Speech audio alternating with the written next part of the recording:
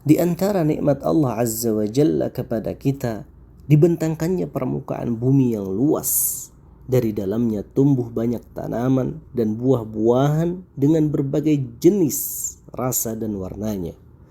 Oleh sebab itu, seorang petani muslim harus memiliki kelebihan yang membedakan antara dirinya dengan petani lain, dengan berharap pahala atas makanan yang dia sediakan untuk orang-orang yang akan menyantapnya. Rasulullah Sallallahu Alaihi Wasallam berpesan mengatakan, tidaklah seorang muslim menanam buah-buahan atau biji-bijian, kemudian hasilnya dimakan oleh manusia, burung, atau hewan lainnya, kecuali akan menjadi pahala sedekah bagi pemiliknya. Hadis riwayat Bukhari dan Muslim. Di antara sifat yang seharusnya dimiliki oleh petani muslim adalah 1. Amanah. Dengan tidak meletakkan bahan kimia beracun di dalam tanah yang menciptakan berbagai penyakit dan tidak menggunakan pestisida yang dapat merusak kesehatan manusia.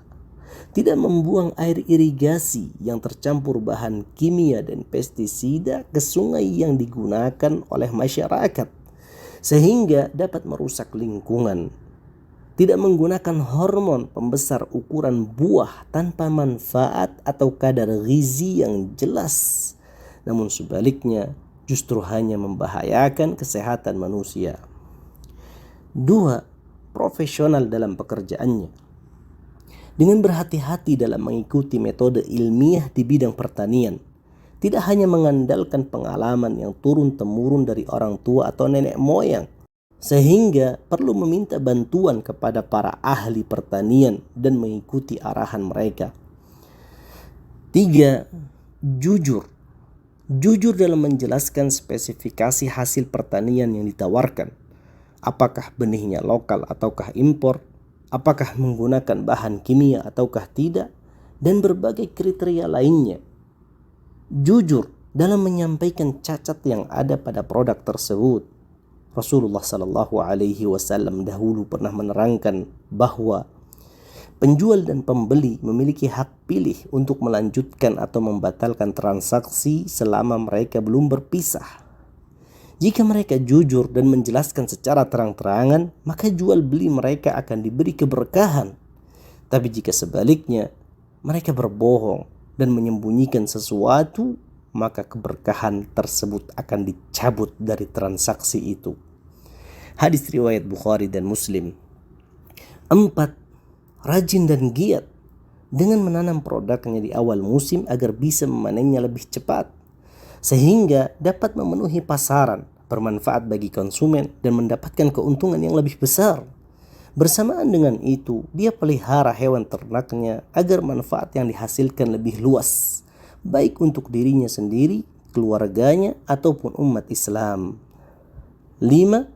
Bertakwa kepada Allah Azza wa Jal dengan membayar zakat hasil pertaniannya tepat waktu, sebagaimana yang Allah perintahkan dalam Al-Quran. كُلُوا مِنْ ثَمَرِهِ إِذَا أَثْمَرَ وَآتُوا حَقَّهُ يَوْمَ حَصَادِهِ وَلَا تُسْرِفُوا. Makanlah dari buahnya bila dia berbuah, dan tunaikanlah haknya berupa zakat di hari pemetikan hasilnya, dan janganlah kalian berlebihan. Quran Surat Al-An'am ayat 141. Tidak menimbun makanan pokok untuk menaikkan harganya di kemudian hari. Rasulullah Sallallahu Alaihi Wasallam menjelaskan bahwa tidaklah seseorang menimbun makanan pokok kecuali dia berdosa. Hadis riwayat Muslim. Tidak menjual produknya untuk industri haram, seperti menjual anggur ke pabrik minuman keras, karena itu termasuk tolong-menolong dalam terciptanya dosa dan kemungkaran.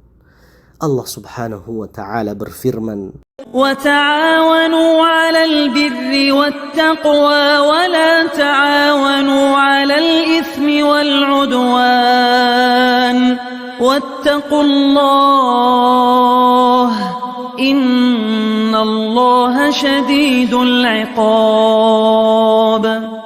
dan tolong menolonglah kalian dalam mewujudkan kebaikan dan ketakwaan, dan jangan tolong menolong dalam menciptakan dosa dan pelanggaran. bertakwalah kepada Allah, sesungguhnya Allah sangat berat siksaannya. Quran Surat Al-Ma'idah ayat 2